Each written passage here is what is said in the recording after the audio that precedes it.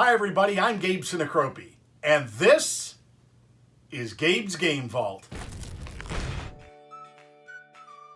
Hi everybody, and welcome to this week's edition of Gabe's Game Vault, a weekly review of a vintage baseball board game that comes your way each and every Sunday until our national pastime returns to the field in regular season baseball games.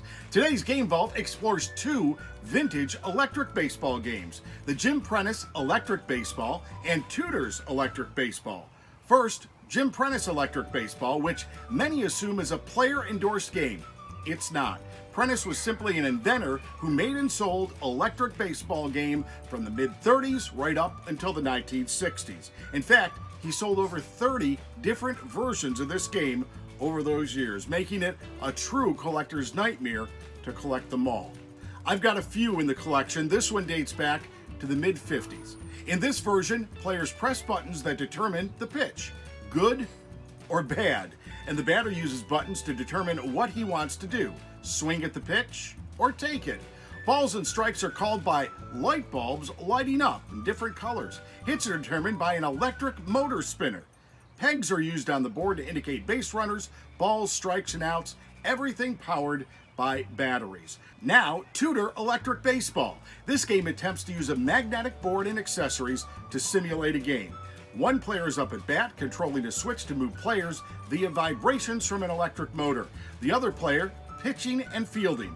Pitching is done via spring-loaded accessory where you fling a magnet onto a pitching board. The board has different labels on it for strikes, balls, wild pitches, etc. The batter then hits the board trying to accurately guess where the magnet landed, using a spring-loaded paddle to try to propel the magnet onto the board. Once the ball is hit, the motor is turned on, and plastic playing pieces then wiggle their way to the next base or wherever they want on the board. At the same time, the pitcher tries to use the fielding device to throw the magnet to the correct base. This game is part of the True Action line, which included football, sports car racing, baseball, basketball, and horse racing. We all remember electric football. Let's go to the ratings. First, for the Jim Prentice Electric Baseball game.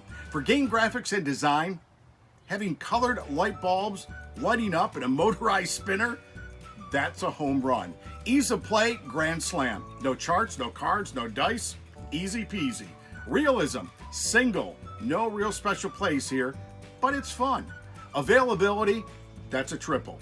You'll always find plenty of listings on eBay for one of the various versions of this game. Expect to pay in the $25 to $85 range depending on the version and condition.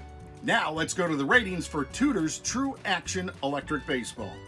For game graphics and design, triple. I've always loved the graphics and playing feel of the Tudor games. Ease of play, single. These accessories used to pitch and throw the magnetic ball, too clunky. Realism, what's less than a single? I'm calling our first ever balk in the Game Vault. It's ridiculous. Hey, if you don't mind base runners having a mind of their own and running from first base into center field, then this game's for you. Availability, home run. Tons of listings on eBay for one of the handful of different versions of this game. Expect to pay in the $30 to $90 range. Shipping usually expensive due to the sheer size of Tudor's Electric Baseball. My advice, go to an antique shop or flea market, pick one up for 20 bucks and save some money. I don't know, these Tudor games just never did it for me. We'll all remember the idiocy of electric football and watching players running the wrong way, which begs the question, why do I own 8 of these? The answer, I have no idea. As always, we encourage you to share the Game Vault on social media. Feel free to suggest a game for us to review in the future. We'll see you next Sunday as we uncover another vintage baseball board game on Gabe's Game Vault. Until then, remember, stay safe and don't be afraid to break out a board game.